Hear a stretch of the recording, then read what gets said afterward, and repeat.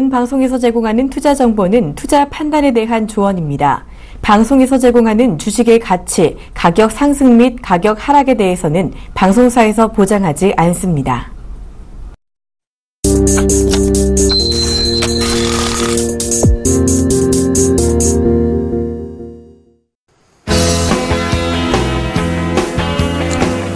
안녕하십니까 여러분, 제가 다시 돌아왔습니다. 베어플러스 시즌3 김선윤 연구입니다. 끌려왔어요. 당번 열심히 해야 될 것 같아요 여러분. 그래서 오늘은 첫 시간이니까 좀 가볍게 얘기를 좀 해볼게요. 오늘은 조금 몇 가지 얘기를 드릴 건데, 우선 뭐 금리 인상에 대처하는 우리 기관들의 모습이 어떠할지에 대해서 얘기 드릴 거고, 그리고 업종 얘기를 좀 드릴 건데요. 지금 바로 문자로 궁금한 업종들에 대해서 문자를 주시면 제가 그 업종들에 대해서 얘기를 좀 드려보도록 하겠습니다. 자, 그리고 마지막으로는 연말에 주목해야 될 업종까지 한번 그 관련 종목까지 체크할 시간을 가질 건데요. 013-3366-0110번 아래 번호 좀 띄워주세요. 아래 번호 나가면 번호로 이 업종 궁금합니다. 문자를 주시면요. 도움을 드릴 테니까요. 꼭 연락 주시면 되겠습니다. 야, 이게 또 이렇게 나가네요. 네, 제 얼굴은 어디 갔는지 어디다 버리고, 전화번호와 함께 전화 폭주 부탁드립니다. 아주 바쁘게 만들어 봅시다. 자, 첫 번째 얘기를 드리기 전에, 사실 제가 오늘 점심부터 제가 라이브 방송을 안 하고요, 기업 방문을 갔다 왔어요. 그 종목 얘기부터 좀 해드려 볼게요. 이거는 뭐 공개도 상관이 없는 거니까요. 그냥 저도 이제 다음 종목을 내년 1월, 2월부터 새로운 종목들 준비해야 되기 때문에 기업 방문을 막 다니고 있거든요. 여러 가지 회사를 다닙니다. 오늘은 경보제약을 좀 다녀왔어요. 경보제약. 경보제약에 대해서 좀 말씀을 좀 드려볼게요.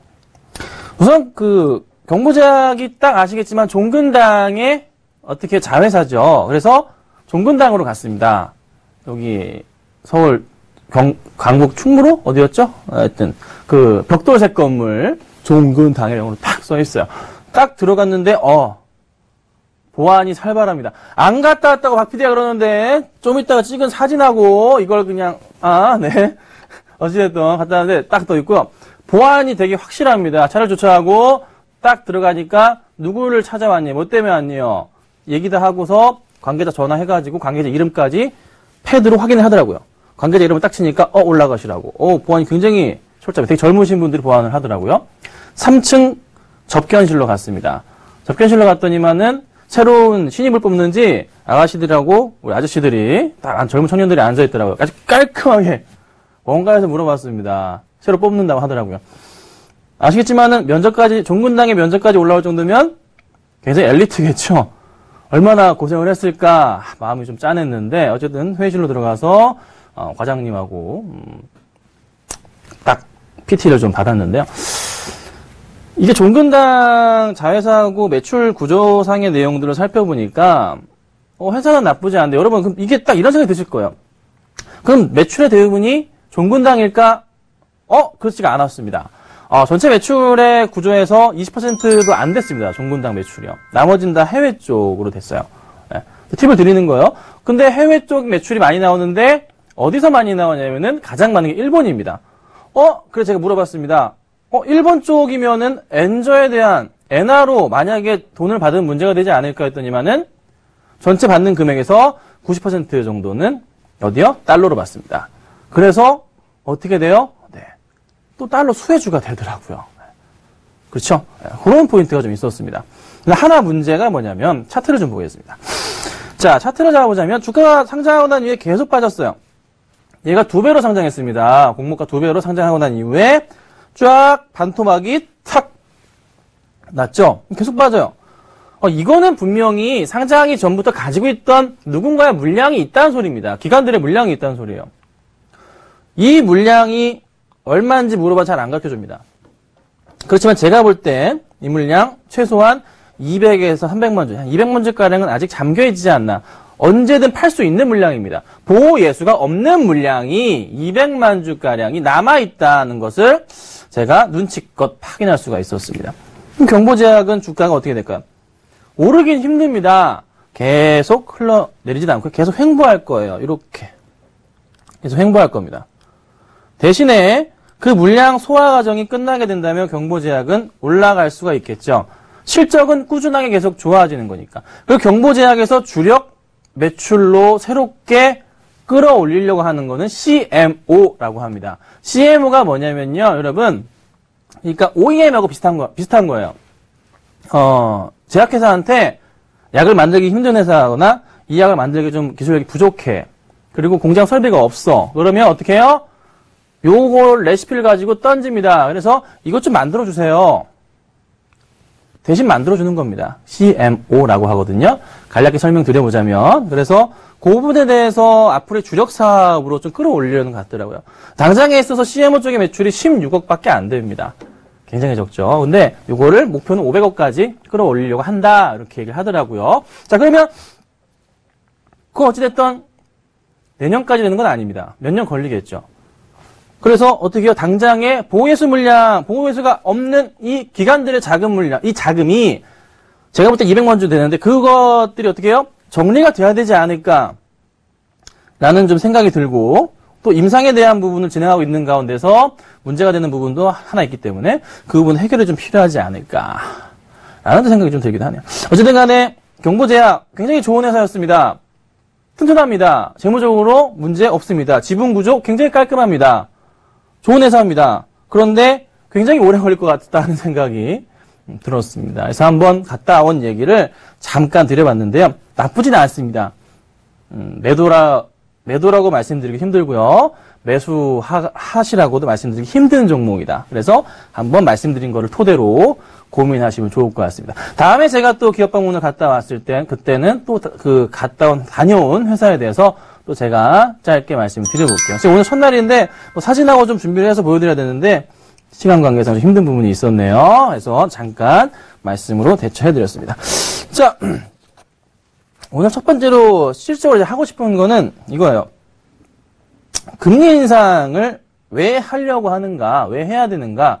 근데 기관들은 왜 그렇게 우리 나라의 기관 착한 분들께서 왜 이렇게 자꾸 정리를 하는 것인지. 사실 좀 여러분들 많이 짜증나잖아요. 그렇죠? 네. 속 시원하게 뭘 하고 싶은데 안 돼요. 자, 오늘 시장 어떻게 됐습니까? 플러스였습니다. 그런데 그간 쭈르륵 5일째 팔다가 오늘은 매수가 조금 들어왔네요. 마우스 돋보기 떠라. 자, 기관들이 오늘 65. 이게 근데 뭐야? 외인이 다 팔았어요. 아직 딱히 마음에 드는 흐름은 아닙니다. 외인들은 또 빠져나갔어요? 선물은 어떻게 됐나요? 오늘 좀 들어왔나요? 내일 시장은 좀 괜찮을까요? 모르겠습니다.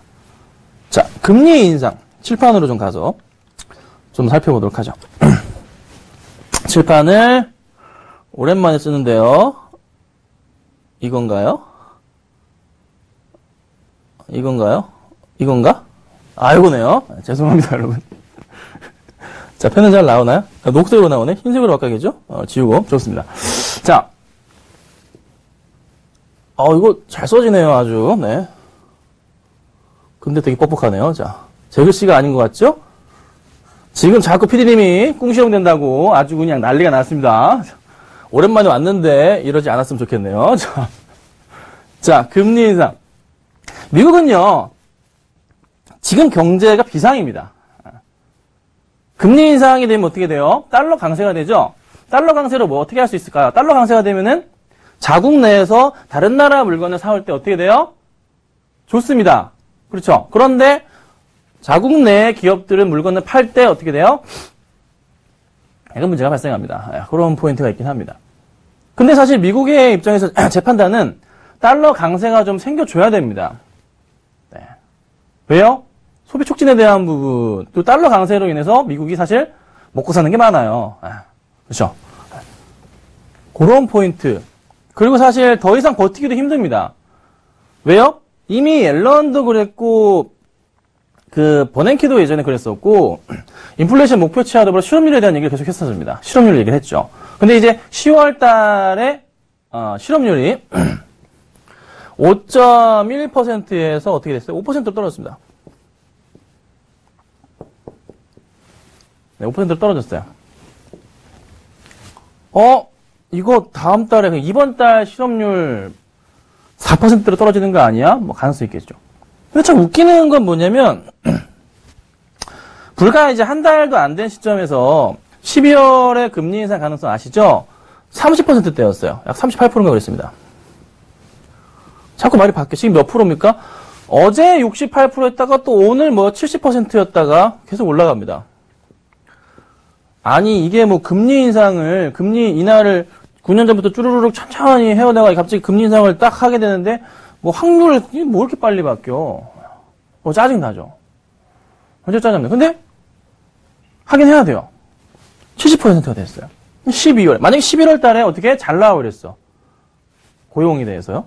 무조건 한다는 거죠. 그러면은, 또 문제가 발생합니다. 12월에, 죄송합니다. 자, 12월로 볼게요. 하게 됐는데, 12월은 여러분 아시겠지만, 어떤 시즌입니까? 항상 4분기는 소비 시즌이란 말이죠. 소비 시즌이에요.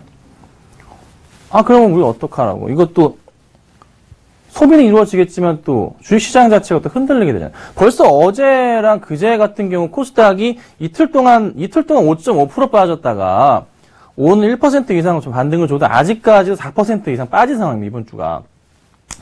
최악이죠. 그냥 불안하기도 합니다. 그래서 지금 어떻게 해요? 기관들이 한 템포 쉬었습니다. 우선 뺐어요. 그리고 외인들이 오늘까지도 뺍니다.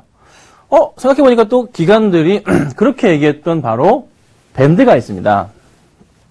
1900에서, 웃긴 얘기 해드릴게요. 1900에서 2000 초반대 얘기했어요. 2030 정도가 평균일 겁니다. 그 전에, 한 달 전만 해도. 근데 이게 튀어 올라갔죠? 그 증권사에서 살짝 바꿉니다. 2100까지 얘기합니다. 이거 1950으로도 바꿉니다. 여기서 우리가 주목해야 될 점은, 어제도 저희가 요즘 유행어를 우리 주식 챔피언십 유행어를 하고 있는 에러리스트. 에러리스트. 그냥 말이 다 바뀌어. 맨날 수시로 바뀌어. 38에도 70%. 미국도 똑같아, 에러리스트. 똑같습니다. 그러니까 여러분들 판단은 어떻게 해요? 본인 스스로 하셔야 돼요. 본인 스스로 하셔야 됩니다. 나의 말 믿다가는 그냥 됩니다. 그래서 이게 기관들이 또 열심히 팔아가지고 이걸 맞춰버렸어요. 그래서 코스피 지수가 지금 어떻게 됐나요? 오늘 얼마에 끝나요? 제가 기억방문을 갔다가 정확하게 보지 못했는데요. 1997포인트에서 끝났네요. 여기 사이는 들어가 있겠죠. 근데 1950 정도까지는 좀 열어놔야 되지 않을까. 자기가 만들어 놓은 밴드 내에서. 그러니까 기관들도 이게 있어요. 어떻게 되냐면, 보고서가, 밴드를 우리가 이렇게 설정했으니까, 애널리스트 니들은 이 보고서에 맞는 지수를 참고하고, 이 지수를 참고해서, 그러니까 증권사 리서치 센터에서 이 밴드를 참고해서, 만약에 상단까지 지수가 도달했을 경우에는 종목에 대해서 조심하고 매도 관점으로 대응을 해야 된다. 그게 바로 이제 보고서 아닙니까? 그쵸? 그러니까 어떻게 해요? 약간 조심했어야 되는. 그래서 빠졌습니다. 근데 원래 이제 금리 인상 가능성이 높아진다 하면 한 차례 먼저 빠졌다가 빠진 거죠. 지금 빠진 거 이렇게 빠졌다가 다시 시장에서는 살짝 좀 반등을 줘요. 이게 오늘 좀 첫날인 것 같은데요. 반등을 좀 준 다음에 아마 좀 한참 올라갈 것도 같습니다. 언제 빠질까요? 고용지표 발표가 또 생기는 그 전에.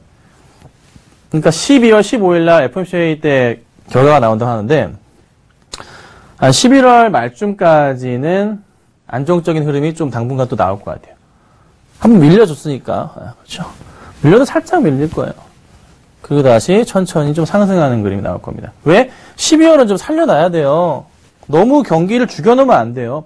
주식시장을 좀 살려놔야 돼요. 안 그러면은 소비 자체가 이루어지지가 않아요. 오늘 또 무슨 날이었습니까, 오늘? 오늘 뭐 여러분 빼빼로 받으셨나요? 오늘 종근당 1층에 그 커피숍이 하나가 있습니다. 커피숍 갔더니만 제가 커피 하나 시켰어요. 커피숍 하나 시켰는데 빼빼로 과자를 또 주더라고요. 빼빼로 깍을 하나 주더라고요, 통째로. 커피를 먹었는데. 제가 오늘 처음 받은 빼빼로입니다. 장난 아니죠. 박 PD가 난리가 났어요. 네. 네. 빼빼로 어쨌든. 오늘 빼빼로 내립니다. 자, 왜 빼빼로 얘기를 하냐면, 소비 시즌이니까. 또 무슨 날, 중국은 무슨 날이에요? 솔로데이라 그러죠? 간단하게 말씀드리면. 작년에 솔로데이 때 매출이 14조인가 나왔나요? 중국 내에서. 우리나라도 영향을 받아요. 왜요? 해외 직구 강화. 그러니까 역직구죠? 역직구. 그래서 어떻게 됐어요? 오늘 아침부터 좀 튀어 올라갔던 종목들 있죠? 중국 관련 수혜주들이 많이 올랐습니다. 뭐 대표적인 중국 관련 수혜주들 유아, 그다음에 화장품 관련주들도 해서 이렇게 좋은 흐름이 나왔어요. 11월 11일. 뭐라 그랬는데 제가 기억은 안 나고 솔로데이밖에 기억이 안 나네. 어찌됐든 요런 포인트도 있고 또 다음에 생기는 게 뭐야? 추수감사절. 이번 주가 아마 대부분의 기독교나 이제 성당 쪽이나 해서 이쪽에 추수감사절 예배를 좀 드릴 것 같은데 어찌됐든 그런 포인트들에서 연말까지 계속 소비 촉진되는 포인트가 나온단 말이죠. 그래서 이런 소비 촉진되는 포인트가 나오는데 금리 인상을 하게 되면서 주가를 크게 막 끌어내리거나 약간의 좀 불안감을 만들 수 있는 그런 포인트는 조금 안 나왔으면 좋겠는데 어쨌든 같이 좀 엮여버리게 됐다. 그래서 아마 정부 입장에서 굉장히 머리가 아플 거예요. 우리나라 입장에서. 그래서 우리나라 같은 경우가 그에 따른 방어를 하기 위해서 금리 인하에 대한 부분을 한번 할 수도 있지 않을까 저는 이런 고민을 해봤습니다. 방어를 한번 해줘야죠. 살려내야죠. 한 번은 12월에. 자, 그럼 이게 과연 금리 인상을 12월에 시작했어요. 언제까지 이어질 것인가? 끝까지 쫙 몇 년을 합니다. 빠르게 하진 않을 거예요. 천천히 진행할 것 같은데 우리나라는 그럼 언제 금리 인상을 할까요? 우리나라는. 저는 2017년 말 대선까지는 금리 인상을 하지 않을 것으로 판단이 됩니다. 몇 차례 금리 인하를 더 거친 다음에 2018년 이때나 금리 인상을 시작할 것 같아요. 그럼 이제 좀 조심을 해야 되는 게 관련 업종들이 있죠. 상당히 좀 많이 힘든 한 해가 될 수도 있겠다. 그래서 천천히 준비를 하시고서 대응을 하시고 바라봐야 되지 않을까. 어쨌든 간에 금리 인상을 하게 되더라도 우리나라 국내 증시 자체는 2017년까지는 대선이 끝날 때까지는 안전하지 않을까 싶어요. 그래서 그 포인트 좀 기억하시고 대신에 봐야 될 업종은 좀 이따 말씀드리겠지만 잘 대응하시라고 큰 틀에서 한번 주저리 말씀 좀 드려봤습니다. 자, 그 다음에 제가 업종에 대해서 말씀드릴 건데요. 문자가 왔는지 모르겠네요. 자, 우선 보통 이제 첫 번째 업종이죠. IT를 빼놓을 수가 없습니다. 어제 뉴스를 보니까 애플이 이제 3% 빠졌잖아요, 어제. 애플이 네, 3%가 빠졌습니다. 왜 빠졌어요? 아이폰 6가 6가 생각만큼 별로 안 팔렸어요. 예상치보다 10% 하회. 아이폰 죄송합니다. 플러스 마찬가지고. 그래서 좀 밀렸어요. 사람들 인식이 별로 안 팔리나? 재미없나? 근데 굉장히 조금 로즈 골드라 그러죠? 색깔이 인기를 끌었잖아요. 근데 로즈 골드가 제 개인적인 판단은 사람들이 로즈 골드를 사려고 기다리는 사람도 꽤나 있더라고요. 물량이 딸려서. 그것 때문이 아닌가? 이거는 그냥 제 헛소리고. 어쨌든 간에 이 그림 났어요. 왜죠? 이미 사람들은 충분하게 어느 정도 포화 시장이 왔다. 아무리 애플이 날고 기어도 이제는 한계점이 오지 않았나 싶다는 겁니다. 굳이 따라가지고 이제 삼성에서 이제 갤럭시 노트나 이제 나왔지만은 엄청나게 잘 팔리는 것도 아니잖아요. 그러니까 삼성에서는 역량 집중을 위해서 화학을 버리고 어디요? 반도체 IT, 그 다음에 메디슨, 그쵸? 그 다음에 금융 쪽에 좀 포인트를 맞추고 있잖아요. 나머지는 어떻게 해요? 다 버리고 있습니다. 건설 같은 경우도 슬슬 묻혀버릴 것 같다는 좀 생각이 드네요.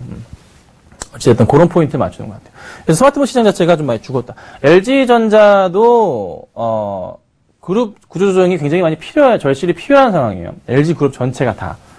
특히나 LG는 IT 사업부는 저는 개인적으로 이렇게 봅니다. LG전자 다른 데다 팔아야 됩니다. 너무 심한 얘기였나요? LG전자를 팔아야 될 것 같아요. 왜요? 돈이 안 돼요. 특히나 스마트폰 사업부는 안 돼요. 안 돼요. 어디다 팔아야 될까요? 그건 저도 모르겠습니다. 제 개인적인 견해입니다. 그렇다는 게 아닙니다. 오해 마시고요. LG전자 같은 경우도 좀 정리해야 되지 않을까. LG가 잘하는 게 뭘까요? 화학을 잘합니다. 2차전지 잘합니다. LG화학. LG는요. 그렇죠? 그렇죠? 거기에 영향을 집중해야 되지 않을까. 거기 포커스를 맞춰야 되지 않을까. 삼성이 그랬던 것처럼 LG도 변화가 필요한 것 같습니다. 그래서 IT 얘기하다가 LG까지 나왔는데, 그래서 어쨌든 현 시장은 굉장히 트렌드가 빨라요. 이미 스마트폰 나온 지가 5년, 6년밖에 안 됐어요. 아시잖아요. 그런데 벌써 시장이 죽어버렸습니다. 뭐 인도 시장이 열린다고 해도 중국에서 먹지 뭐 삼성이나 애플에서 먹을 것 같진 않아요. 중국 샤오미가 다 먹어치울 것 같아요. 샤오미 TV, 뭐 샤오미 밴드 뭐 어마어마합니다. 이미 국내에서는 충전기가 보조 배터리 있죠? 샤오미 보조 배터리가 10,000원밖에 안 하는데 엄청난 대용량. 요즘에 여의도에 가보면 IR을 굉장히 많이 합니다. IR 많이 하는데요. IR 가면은 이제 스테이크 썰면서 IR 일을 해줘요. 거의 뭐 매일매일 있습니다. 그래서 여의도에서 유행하는 게 어디 IR 가서 밥 먹자, 점심에. 11시 반부터 시작하니까요. 가서 밥 먹고 옵니다. 선물도 줍니다. 선물 줬는데, 뭐, 블루투스 스피커도 주고요. 또 요즘에 많이 주는 선물이 샤오미 보조 배터리. 네, 많이 줍니다. 왜요? 싸고, 성능 좋고, 사람들이 좋아하거든요. 많이 준다고 해요. 어쨌든, IT도 어느 시점에 지나면 국내에서도 IT가 상당히 힘들어질 것 같아요. 기술력을 바탕으로 버티고 있긴 하지만, 어느 순간입니다. 다 따라왔어요. 다 따라왔어요. UHTV 샤오미 거 100만원도 안 합니다. 성능 끝내줍니다. 다 따라왔어요. 어쨌든 그렇습니다. 시장 자체도 IT. 어쨌든 큰 흐름에서 봤을 때는 스마트폰 시장이 좀 죽어가는 모습에서 크게 한번 살아남기 위한 시장의 구조적인 문제점 자체가 조금 걸린다. 하지만 12월이나 이번 4분기는 항상 IT가 어떻게 해요? 대형 소비 시즌이기 때문에 재고떨이도 많이 하는 그런 포인트죠. 싸게 사고 매출도 많이 올라가는 시즌이에요. 뭐 수익은 많이 안 남겠죠. 그렇지만 어쨌든 실적이 어느 정도 뒷받침해주기 때문에 IT 기업들의 4분기 실적은 기대할 만합니다. 그럼 대표적으로 이제 삼성전자 같은 경우가 3분기 실적이 어떻게 잘 나왔습니다. 그렇죠? 예상보다 훨씬. 4분기 어떻게 해요? 기대감 가지셔야 됩니다. 왜? 잘 팔리는 시즌이니까.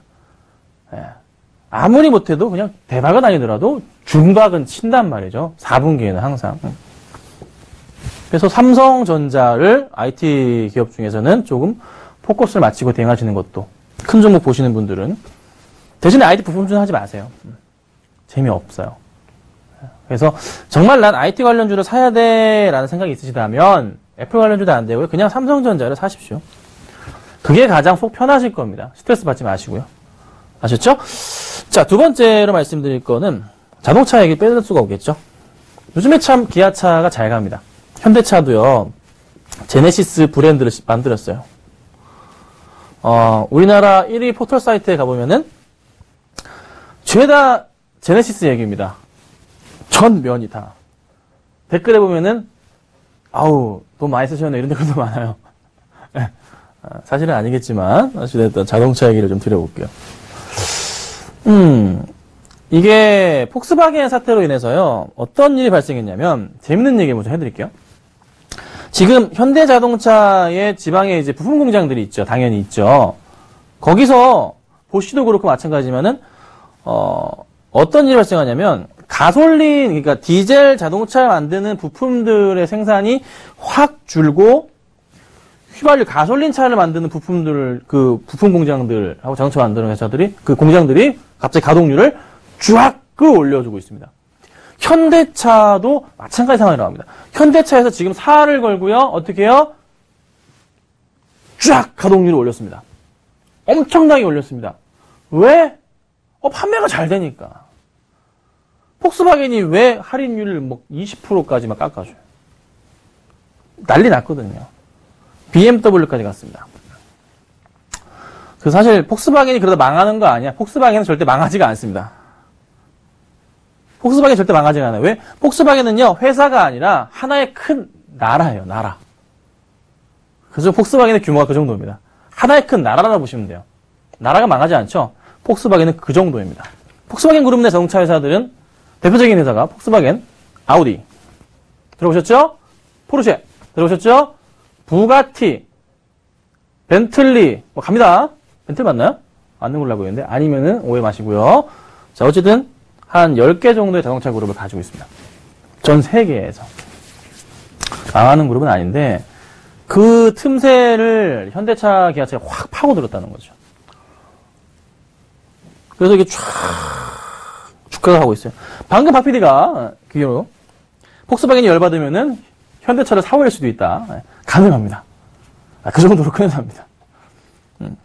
큰 회사입니다. 근데 뭐 절대 그럴 일은 없겠죠, 우리나라에서. 현대차가 지금 또 사활을 걸고 있는 게 어디예요? 한전부지 이제 공사하잖아요. 보세요. 어마어마하죠. 거기에 면세점 깔아놓고 막 장난 아닐 거 아니에요. 테마파크 만들고. 저기 사우디 가면은 페라리 테마파크 같은 게 있잖아요. 입장료가 7, 8만 원 정도 하는 걸로 알고 있는데요. 엄청나게 사람들이 많이 갑니다. 멋있기도 하고. 현대차도 아마 그런 걸 만들지 않을까. 그래서 이번에 새로운 브랜드가 2개가 갑자기 빠르게 나왔습니다. N 브랜드가 나왔고, 그 다음에 제네시스가 나왔어요. 제네시스 뭐 Q 뭐 900? 뭐 있어요? 잘 모르겠어요. 나와봐야 할 것 같은데. 네, EQ900. 감사합니다, 박PD님. 자, 이름은 너무 어려워요. 바꿀 수도 있겠지만. 에쿠스라고 합니다. 자, 어쨌든 제네시스 브랜드가 이렇게 나왔습니다. 성공할지 안 할지는 나와서 판매량을 추이를 봐야겠지만, 굉장히 고급 브랜드입니다. 고퀄리티 브랜드예요. BMW 최고급 사양 BMW 7이나, 그 다음에 뭐, 벤츠 S클래스 정도에 해당하는 만큼 퀄리티를 가지고 있는 그런 이제 자동차 브랜드인데, 요걸 하나 이제 새롭게 오픈을 했고요. M 브랜드는 아시겠지만은 약간 좀 뭐, BMW의 M 시리즈나, 벤츠의 AMG, 그러니까 고급 스포츠카 세단이나 고성능 차량을 그 브랜드를 의미합니다. 완전 고급화와 프리미엄 세단과 고성능 차량, 그리고 뭐예요? 기본적인 자동차 파는 대표적인 뭐 소나타나 뭐 그랜저 같은 차량들이 되겠죠. 그러니까 크게 현대차가 3개의 큰 틀을 가지고서 새롭게 시장에 도전합니다. 근데 그 중심에 디젤이 아닙니다. 가솔린입니다. 가솔린이에요. 폭스바겐 V입니다. 폭스바겐을 치고 먹고 들어가겠다는 거죠. 폭스바겐. 이렇게 하나요? 어쨌든 간에. 그러면 그래서 이제 현대차나 기아차, 특히 기아차가 현대차도 빠지지 않는 것 같아요. W인가요? 몰라요. W라고 합니다. 죄송합니다. 자, 어쨌든 여러분. 그래서 요런 자동차들. 그럼 어떻게 될 것이냐? 이게 가장 큰 문제죠.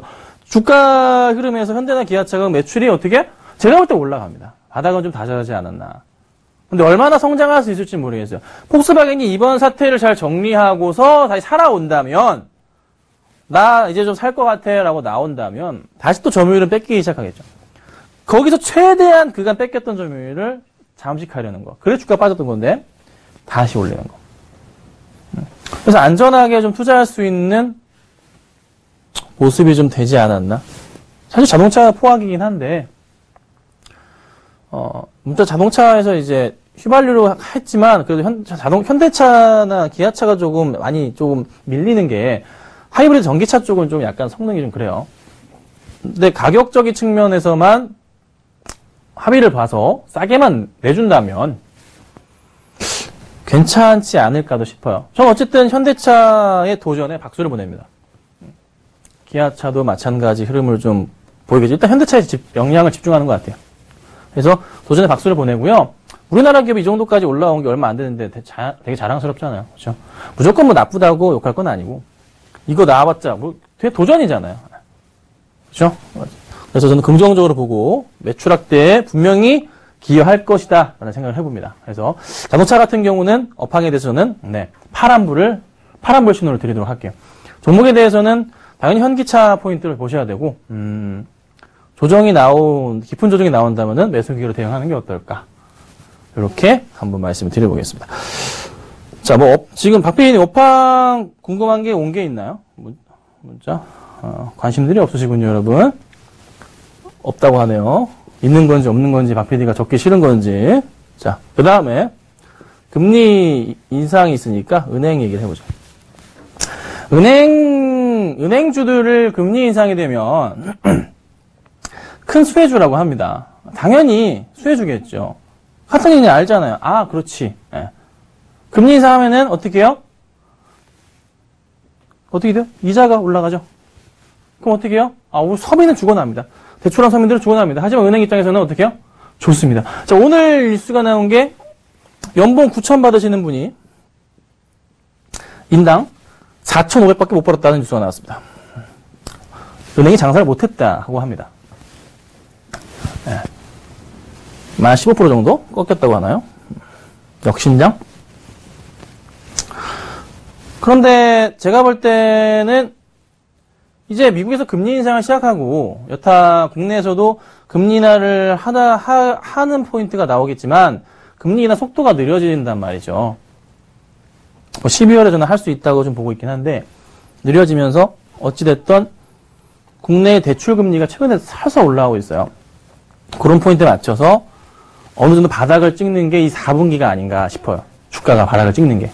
그리고 내년부터 해서는 다시 천천히 은행주들의 실적이 좋아지면서 긍정적인 주가 흐름을 보일 수 있지 않을까 싶거든요. 올라갈 수밖에 없으니까요. 대출금리 올라갈 수밖에 없죠.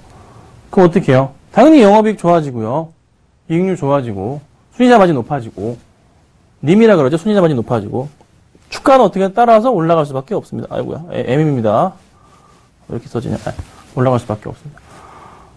그러면 과연 어떤 업종을 봐야 되나? 제가 이제 주챔에서 가지고 나왔던 게 우리은행을 제가 들고 나왔어요. 우리은행을 왜 들고 나왔냐면 안정적인 실적을 보유하기도 하지만 지금 핵심적으로 제가 보는 거는 그 배당 포인트거든요. 배당 포인트가 굉장히 조금 매력적이에요. 우리은행이 가장 많이 준다. 시가 배당률 5% 정도. 그 다음이 기업은행이 한 3.5% 정도 되나? 이 포인트를 본다면 연말까지 해서 근데 우리은행을 가지고선 큰 수익을 낼 수가 없어요. 차트 잠깐 보겠습니다. 절대 못 냅니다.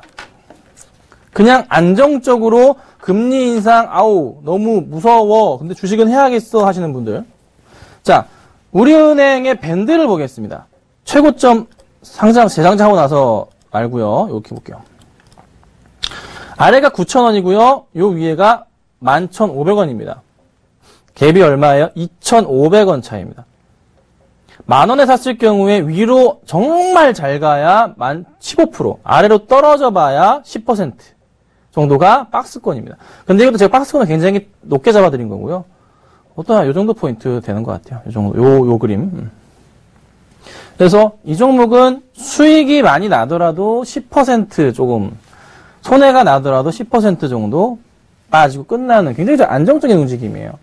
그래서 배당에 대해서 고민이 있다면 배당을 받을래 스트레스 안 받고 그러신 분들은 좀 관심 있게 봐도 되는 그런 근데 정말 재미없어요. 움직임이 없기 때문에 아셨죠? 자 그런 포인트 잠깐 차트 봤어요. 다시 칠판으로 갈게요. 그래서 은행주 같은 경우 이런 포인트에 요금 대응을 하시는 게 좋겠다. 그래서 은행주에 관심 있으신 분들은 우리은행을 전 가장 최선으로 추천드리고 BNK BS 부산은행이나 전북이나 광주나 다 좋습니다. JB나 광주나 그쪽도 저는 괜찮다고 봅니다. 중대형 은행들이요. 지방은행들도 관심 있게 보시면 도움이 되지 않을까. 대형은행 가운데서 우리은행을 추천드리고 중대형 은행 쪽에서는 BNK나 JB, 광주 상관없습니다. 광주도 괜찮은 것 같더라고요. 그런 거에서 같이 좀 보시면 될 것 같아요. 자, 좀 지우고 네 번째로 몇인가요? 3, 4번. 네 번째. 무슨 업종을 볼까 좀 고민을 해봤는데 제약으로 말씀 바로 드릴게요. 제약바이오 여러분들 많이들 보유하시고 있고 제가 아직도 주력으로 밀고 향후 저 2017년까지 제약바이오만 할 겁니다. 그래서 오늘 경보제약 갔다 온 겁니다. 요즘 기업 법무 다니는 회사들이요 다 제약바이오 회사들만 다녀옵니다. 일주일에 한 번씩은 거의 가요. 안 가도 2주에 한 번씩은 다닙니다. 자, 한미약품이 문제가 됐지만 주가는 계속 오릅니다. 기술 수출이 뭐길래 5조. 말이 5조지, 여러분? 1조. 연달아서 빵빵. 야, 주가가 목표 주가가 110만 원 보고서가 나왔습니다. 근데 110만 원 보고서가 나왔는데, 개인적으로 너무 높게 잡지 않았나? 100만 원 넘으면은 굉장히 많은 물량들이 매도가 나오겠죠. 그쵸? 그리고 좀 약간 뉴스 기사를 보니까 항미약품의 손자분들이 한 8분이 계시는데 그분들이 올해 1월에 주식을 조금 이렇게 받아서 한 70몇 억인가? 개인당 70, 거의 80억 가까이 받았었는데요. 그게 8명이 갖고 있는 주식이 지금 거의 7천억인가 됐다 하더라고요. 어마어마하죠? 사실 한미약품 주가가 10배가 올랐잖아요. 이게 흔히 얘기하는 이제 금수저, 다이아몬드 수저, 이렇게 됩니다. 12살인데, 7살인데, 주식 자산이 1,000억입니다. 하하하하. 참. 그래요, 여러분. 네, 어찌됐든. 전생에 나라를 한 10번은 구한 것 같습니다. 나라 10번 구해도 그 정도 돈 모으기 힘듭니다. 어찌됐든. 자, 그래서 한미약품이 이런 흐름인데, 시장에서 좀 주목을 많이 받았어요. 제약바이오 업종 지수를, 의약품 지수 다 끌어올려버렸죠. 왜 주목을 해야 되냐면, 중국도 그렇고요, 해외 각국에 이제 투자를 하는 쪽에 있어서, 가장 유력하게 새롭게 키우려고 하는 쪽은 다 제약바이오 쪽이 다 거론이 됩니다. 특히나 중국 쪽에서도 헬스케어 쪽에서 굉장히 많은 얘기를 해줍니다. 헬스케어 쪽. 사실 우리나라는 참 안타깝게도 제가 조금 아이러니한 부분, 맞지 않는 규정에 대해서 조금 비판을 해볼까 합니다. 임상 3상을 미국에서 할 경우엔 10년 정도가 걸립니다. 10년이 걸려요. 왜요? 사람을 대상으로 해야 되는 거고, 또 많은 사람, 3상은 1상에서 20명 하잖아요. 실험을. 2상에서는 60명 이렇게 한다 치면 3상에서는 300명이래요. 몇백 명을 해버리거든요. 어마어마한 자금이 들어갑니다. 중도에 포기하고 2상만 끝난 거를 기술 이전하는 경우도 많아요. 근데 제약바이오 종목들 아시겠지만 실적이 막 3, 4, 5년째 적자인 경우가 많습니다. 적자인데 어떻게 먹고 살아? 자본금 까먹는 거죠. 그리고 캐시카우 역할을 하는 회사를 보유하고 있어서 겨우겨우 플러스 마이너스 유지하면서 갑니다. 5년째 적자 많아요. 그럼 어떻게 해요? 우리나라 어떻게 해요? 상장 폐지 실질 심사 요건에 코스닥 같은 경우가 들어가게 되죠. 코스피는 아니지만. 이게 맞지 않잖아요. 임상 3상이 10년이 걸리는데. 이건 뭔가 좀 규정이 바뀌어야 된다고 봅니다. 바뀌어야 돼요. 그리고 사실 제약바이오 종목들은요, 실적이 적자라고 그래서 주가가 곤두박질 친다는 것은 사실 말이 안 돼요. 한미약품이 실적으로 돈 벌었나요? 주가 올랐나요? 아니잖아요. 기술 이전으로 주가 올라갔잖아요. 실적 잘 나와서 올라갔어요? 아니라는 거죠. 아니라는 겁니다. 아니라는 거예요. 한미약품도 그 약이 뭡니까? 당뇨병 치료제 주사약인데, 인슐린을 아시겠지만 당뇨병 인슐린 주사 맞으시는 분들은 매일매일 주사를 맞죠. 한미약품에서 만든 게 5조짜리가 뭐예요? 한 달에 한 번 주사 맞으면 끝난다고 합니다. 대박 아닌가요? 그러니까 5조가 들어오지. 와, 한 달에 한 번이면 끝난대요. 얼마나 획기적입니까? 어쨌든 간에. 그래서 기술 이전으로, 기술 수출로 돈 번 거잖아요. 다른 제약바이오 업종들도 결국 우리나라 규정의 법규의 한계에 부딪히면서 결국에 기술 수출을 하게 돼 있습니다. 씁쓸한 현실입니다. 제가 기업 방문을 다닌 여러 개 회사들도 그런 것들을 준비하고 있고, 한단 말이죠. 왜? 우리나라에서 안 되니까. 이게 뭡니까? 결국에는 국부 유출인 거죠. 막아야 되지만 막을 수가 없습니다. 정부가 도와주질 않기 때문에. 조금 답답하긴 한데. 그런데 해외 입장에서는 중국도 그렇고 미국도 유럽도 그렇고 다 이거 관심 있게 보죠. 왜? 앞으로 몇십 년을 먹여 살릴 글로벌 먹거리니까. 최근 시장에서 10년, 20년을 먹여 살린 게 반도체 IT 쪽입니다. 그쵸? 앞으로의 10년, 20년은 어때요? 제약, 바이오, 헬스케어가 되겠죠. 자, 뭐 셀트리온 얘기를 오랜만에 한번 드려볼까요? 요거 AS 할 겸 잠깐 좀 보겠습니다. 셀트리온 좀 보죠. 자, 오늘 좀 올랐어요. 오늘 올랐던 이유가 뭐예요? 뉴스 기사를 같이 한번 보실까요? 서울경제 거 볼게요. 자, 리툭시맙. 아, 이름 되게 어려워요. 리툭시맙. 그러니까 뭐 이게 뭐 어떤 약이냐면, 만약에 이제 뭐 혈액암이나 류마티스 관절염 이렇게 장기 이식을 한 다음에 내장기가 아니잖아요. 치료를 하게 되면은 약에 대해서 어떻게 몸이 면역 반응을 일으킵니다. 그렇죠? 알러지 반응 일으키잖아요. 안 맞으면. 그걸 어떻게 줄이는 그런 약이에요.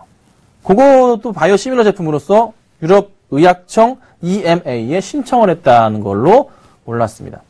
셀트리온 기가 막히게 바이오시밀러 제품들 잘 사용하는 것 같아요. 셀트리온 미국만 하면 끝나는데 몇 개 더 있긴 하지만 근데 요거까지 합니다. 그런데 셀트리온은 유럽 시장에서 어떻게 해요? 한번 뚫었어요. 미국 빼고 다 뚫었어요. 딱딱딱 뚫었어요. 램시마로 뚫어버렸어. 그래서 어떻게 해요? 리툭시맙 이거 CTP10 이 제품도 어떻게 해요? 지금 노크를 해서 문을 열었습니다. 또 뚫을 겁니다. 차트 볼게요. 자, 차트를 보면은 제가 목표가 10만원, 10만원 말씀드리는데 괜히 10만원 아니고 진짜 가요. 갑니다. 왜? 갈 수밖에 없는 구조를 갖고 있잖아요. 실적 잘 나왔어요. 실적 잘 나왔는데 꼼짝도 안 했는데 보세요. 셀트리온이 실적으로 움직였어요? 여러분? 실적이 어제 나왔는데 실적으로 움직였나요? 실적으로 안 움직였어요. 이게 뭐야? 오늘 유럽에 리툭시맙 이거 신청했다가 올랐어요. 이래요. 요즘 시장이 이렇습니다. 실적 나오나 떨어졌습니다. 좋게 나와도 떨어집니다. 왜 그런지. 우리나라 제약바이오는요, 실적으로 안 움직여요. 증거들이 있잖아요. 셀트리온 실적으로 갔나요? 아니잖아요. 램시마 때문에 갔잖아요. 결국 그거라는 거죠. 근데 이거 두 개 나왔습니다. 어떻게 될까요? 기다리면 간다. 실적이 좋게 나오고 나쁘게 나오고 신경 쓸 게 아니라는 겁니다. 기억하십시오. 그리고 요즘 시장은요, 상식이 안 먹힙니다. 실적이 어떻게 해요? 잘 나오건 안 좋게 나오건 그냥 내 맛대로 움직이냐. 상식이 안 통해요. 상식이 안 통해요. 그래서 그런 포인트. 어쨌든 셀트리온은 보유하십시오. 보유 계신 분들 걱정하지 마시고 10만원까지는 가져가셔야 됩니다. 최소한입니다. 목표가 11만원 보고서 막 나와 있습니다. 그렇죠? 작년부터 외쳤던 10만원, 15만원 뭐 계속 외치고 있는데 변함없습니다. 타이틀 인생 종목입니다. 인생 종목 뭐 주가 안 가잖아. 욕하시는 분들 많은데요. 버티시는 분들은 버티시는 거고 못 버티시면 떨어져 나가는 겁니다. 어쩔 수가 없습니다. 오래 걸리거든요. 그렇죠? 오래 걸립니다. 정말 지겨워 미칠 것 같아도 버텨야 되는 겁니다. 인생 종목이란 그런 겁니다. 아셨죠? 셀트리온도 그런 생각하시고 대응하셔야 되지 쉽게 주식으로 돈 버는 게 쉽지가 않다는 거 아셨죠? 그런 거 잠깐 말씀드려봤어요. 자, 어쨌든 다시 칠판으로 가세요. 그래서 어쨌든 제약바이오의 흐름에서 그럼 어떤 이제 종목을 봐야 되냐? 무조건 셀트리온은 한번 보셔야 되는 거고요. 그 다음에 조금 보셔야 되는 게 저는 이래요. 임상, 2상, 3상을 하고 있는 회사들 있죠? 그 회사들이요. 이거를 3상을 끌고 갈 수가 없어요. 분명히 기술 수출을 할 겁니다. 한미약품을 따라서 유행처럼 번지기 시작할 겁니다. 그러면 그 회사들의 주가는 상당히 비약적으로 상승을 하게 될 거고 그리고 중국 관련해서 또 엮여있는 회사들 역시나 굉장히 빠르게 성장을 할 가능성이 높습니다. 헬스케어 주도 마찬가지고요. 제약도 마찬가지고. 네. 신약은 사실 많이 힘듭니다. TPP와 그리고 더불어 우리 힐러리 대선 후보님께서 얘기하셨던 부분에 약값 네. 툭 어퍼컷 날리셨죠? 그래서 바이오시밀러가 주목을 받는 경우가 있어요. 그래서 바이오시밀러를 중심으로 하고 이미 만들어진 경우는 상관이 없는데요. 도전하고 신약으로 들어가는 게 상당히 힘들 수가 있습니다. 하지만 2상, 3상에서의 굉장히 좀 좋은 약들은 기술 이전에 대한 수출에 대한 부분을 한번 보시고서 대응을 해보자. 셀트리온도 좋고요. 뭐 한미약품 같은 경우도 굉장히 좋네요. 한미사이언스도 분명히 두 종목도 추가적인 상승은 나오지 않을까. 그래서 그런 포인트 같이 보시면 좋을 것 같습니다. 자, 벌써 이게 45분인데요. 그래서 연말에 주목해야 될 업종에서 마지막으로 그냥 연결해서 말씀드려보자면, 또 중국 소비주 봐야 돼요. 중국 소비주는 어쩔 수 없는 우리들의 선택이 되어야 됩니다. 중국 소비주. 대표적인 거는 뭐 화장품을 입이 닳도록 얘기해도 되죠. 화장품 가는 거고요. 뭐 아가방 컴퍼니나 이런 종목들도 한번 이슈가 되면서 툭 튀어 올라갈 수가 있는 거고, 그렇죠? 그 다음 또 뭐가 있을까요? 뭐 중국 소비주 관련하면은 딱히 뭐 그 정도만 얘기해도 될 것 같아요. 다른 게 사실 크게 수혜를 받지는 않아요. 뭐 유아식 이런 거, 뭐 예일력 이런 것도 있긴 하겠지만은 다 같이 엮이는 거고, 뭐 그 정도 포인트인 것 같습니다. 하지만 또 하나 4분기에도 중국인 관광객들이 굉장히 많이 옵니다. 그래서 호텔이나 요런 여행 관련 쪽으로도 관심 있게 좀 보시고서 대응을 하시는 게 좋을 것 같아요. 종목으로는 뭐 대표적인 거 아가방 컴퍼니 좋을 것 같고요.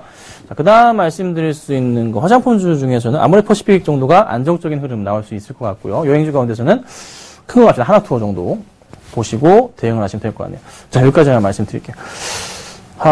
오랜만에 했더니만은 뭐 1시간 더 떠들 수 있을 것 같은데 시간 관계상 여기까지 좀 진행을 하도록 하고요.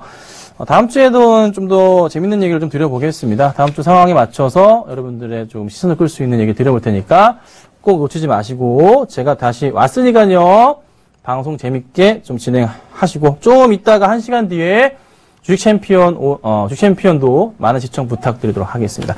자, 고생 많으셨습니다. 다음 주 대박 플러스 시즌 3에서 다음 주 수요일 날 뵙도록 하겠습니다. 감사합니다.